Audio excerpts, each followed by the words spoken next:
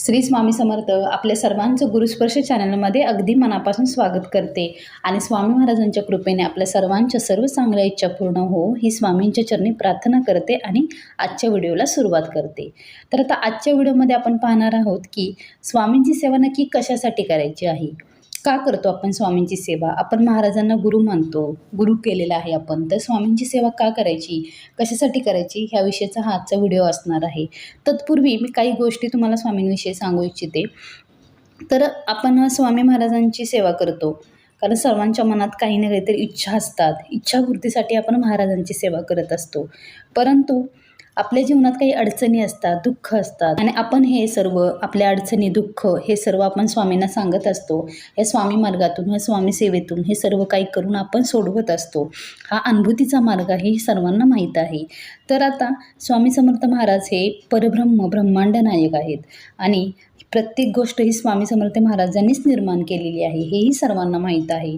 तर आता काय करायचं आहे की आपल्या मुखात दररोज काय करायचं की आपल्या मुखात स्वामी नाम ठेवून हृदयावरती चित्त स्थिर ठेवायचं आणि स्वामी सतत माझा विकास करत आहेत, मला मार्गदर्शन करत आहेत, हा अतूट विश्वास आपल्याला पाहिजे आणि असं करून आपल्याला आपल्या दिवसभराचं कर्म करायचं आहे। आता जेव्हा केव्हा आपण स्वामींच्या फोटोसमोर, प्रतिमेसमोर, देवघरात जिथे कुठे असाल तुम्ही, तिथे स्वामींच्या प्रतिमेसमोर जेव्हा केव्हा बसाल तेव्हा आपल्याला स्मरणात एकच गोष्ट ठेवायची आहे की स्वामी समर्थ महाराज हे अनंत कोटी ब्रह्मांडाचे निर्माता आहेत।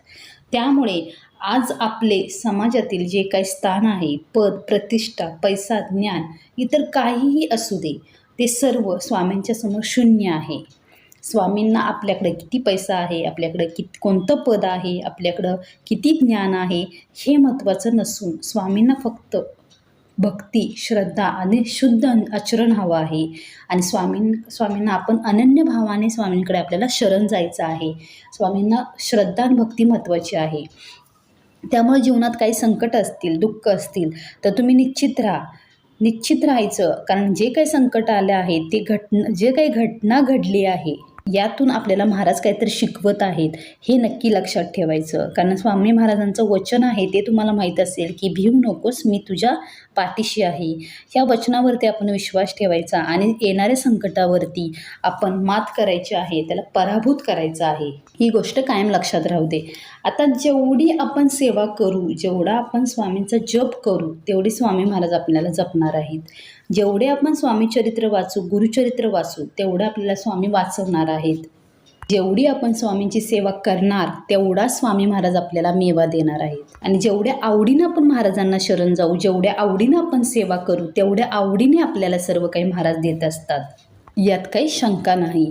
तर आता स्वामी सेवा कशासाठी, का करायची। आता येणाऱ्या गुरुपौर्णिमेला बरेच जण सेवा करत असतील, काहींच्या इच्छा असतील नोकरीसाठी, जॉबसाठी, किंवा कुणाला काही त्रास होत असेल, कुणाचं घर असेल, गाडी असेल, काही ना काहीतरी संकट, म्हणजे काही ना काहीतरी अडचणी असतातच, ज्या आपल्यासारख्या सामान्य लोकांना हवे असतात, अपेक्षा असतात आपल्या, ह्यासाठी आपण काही सेवा करत असतो। परंतु आज मी तुम्हाला या व्हिडिओमधून एक असा अनुभव सांगणार आहे की स्वामी सेवा नक्की कशासाठी, हे सगळ्या गोष्टी व्यतिरिक्त आपण स्वामी सेवा का करायची असते, ह्याचा एक सत्य अनुभव मी तुम्हाला आजच्या व्हिडिओमधून सांगत आहे।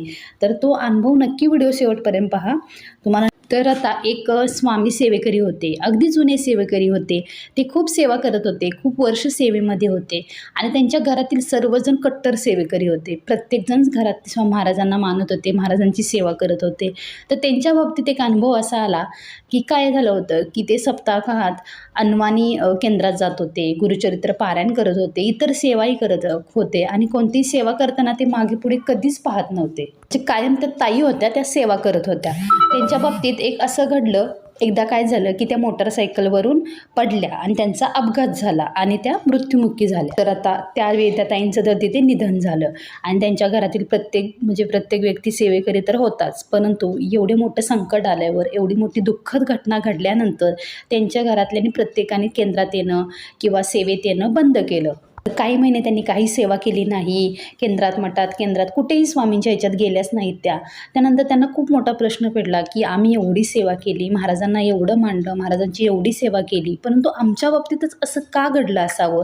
असा त्यांना खूप मोठा प्रश्न पडला. तर आता त्यांनी ह्या प्रश्नाचं निरसन करण्यासाठी त्यांनी एका दादांना मार्गदर्शन करतात. त्या दादांना विचारलं, की बाबा आमच्या बाबतीत असं का घडलं? आम्ही एवढी सेवा करून आमच्या ताईंच्या बाबतीत असं का घडलं? त्यांचा मृत्यू एवढा लवकर कसा काय झाला? त्यावेळी त्यांना मार्गदर्शनामधून असं समजलं, की ह्या ताईंचा मृत्यू म्हणजे काही वर्षापूर्वीच होणार होता, परंतु असं झालं, की तुमच्या घरातील प्रत्येकाच्या सेवेमुळे, तुमच्या सेवेमुळे, त्या ताईंच्या सेवेमुळे त्यांचा मृत्यू त्यावेळेला टळला होता. त्यामुळे काही दिवस त्या ताई तुमच्याबरोबर राहिल्या, काही काळ तुमच्याबरोबर राहिल्या. एवढ्या दिवस त्यांनी तुम्हाला साथ दिली त्या स्वामींच्या सेवेमुळंच झालं. कारण आयुष्यात पुढे काय होणार आहे हे स्वामी महाराजांनाच फक्त माहीत असतं. त्यामुळे जे काही संकट आत्ता आलं ते काही वर्षापूर्वी होणार होतं, ते आत्ता घडलं आहे. हे महाराजांनी पुढं ढकललं आहे. ही गोष्ट त्यांना लक्षात आणून दिली. आता हे सर्व समजल्यावर ते सर्व सेवेकरी पुन्हा सेवेत आलेले आहेत. त्यामुळे सेवा करताना असंच का घडलं, असं नको घडायला हवं होतं. हे चुकीचं आहे. कारण मृत्यू हा प्रत्येकाला येतो. मृत्यू हा अटळ आहे. तो एक ना एक दिवस सर्वांना येणारच आहे. कारण त्या ताई काही दिवस म्हणजे सेवेमध्ये होत्या, म्हणून त्यांच्यावरचा तो मृत्यू काही काळ पुढे ढकलता आला. त्यामुळं स्वामी सेवेत राहून आपल्याला आपल्या सेवेनुसार, पूर्वकर्मानुसार, आपल्या पुण्यानुसार स्वामी महाराज आपल्याला फळ देत असतात. त्यामुळे स्वामी महाराजांच्या सेवेत आपल्या घरातील एक जरी सदस्य असला तर आपल्या संपूर्ण कुटुंबावरती भविष्यात येणारं कुठलंही आकस्मिक संकट असो त्याचं निवारण महाराज करत असतात. आणि महाराजांच्या दरबारात उभे राहण्यासाठी आपल्याला खूप मोठी पुण्य लागते. त्यावेळेस आपण महाराजांच्या सेवेत राहतो. त्यामुळे तुम्हाला आता समजलं असेल की स्वामी सेवा नक्की कशासाठी करायची आहे, की मला समाजामध्ये पद, प्रतिष्ठा, पैसा ह्यासाठी करायची का? तर नाही. आपल्यावरती येणारं संकट कसं त्याचं निरसन होईल हे आपल्याला कळणार नाही. त्यामुळे स्वामीसेवा आपल्याला ही केलीच पाहिजे. महाराजांचं नाव सतत मुखात आपल्या राहिलं पाहिजे. महाराजांसमोर आपल्याला अनन्य भावाने शरण जायचं आहे. ही गोष्ट नेहमी लक्षात राहू दे.